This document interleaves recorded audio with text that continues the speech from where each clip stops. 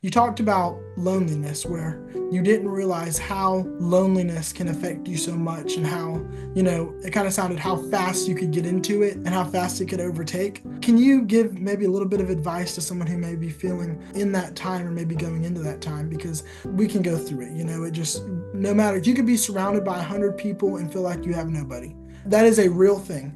And it's something that if you don't want help, it's not going to happen. You could have 100 people around you, and if you don't want the help, you're not going to get the help. If you don't want to get out of the lonely state that you're in, it's not going to happen. So if you can maybe give a little bit of advice, from someone who's been there. If a person can recognize it, and I was fortunate that I was able to recognize it. I was fortunate to have Mark close by where he's just kind of shaking his head going, I think that you need an outlet. And so he knew that the horses were a very familiar outlet, something that I hadn't done in a long time. So I was insecure because it had been so long. So I was kind of doubting myself. Do I want to do this? And to answer your question, horses are huge therapy. They are magnificent. And there's a reason why there's horse therapy. There's a reason Right. why the veterans use the horses for therapy. It's just a huge connection. My sadness and stuff doesn't even equate to what another person could be or has been going through, but finding that outlet and being Right. able to be with him and work with him and,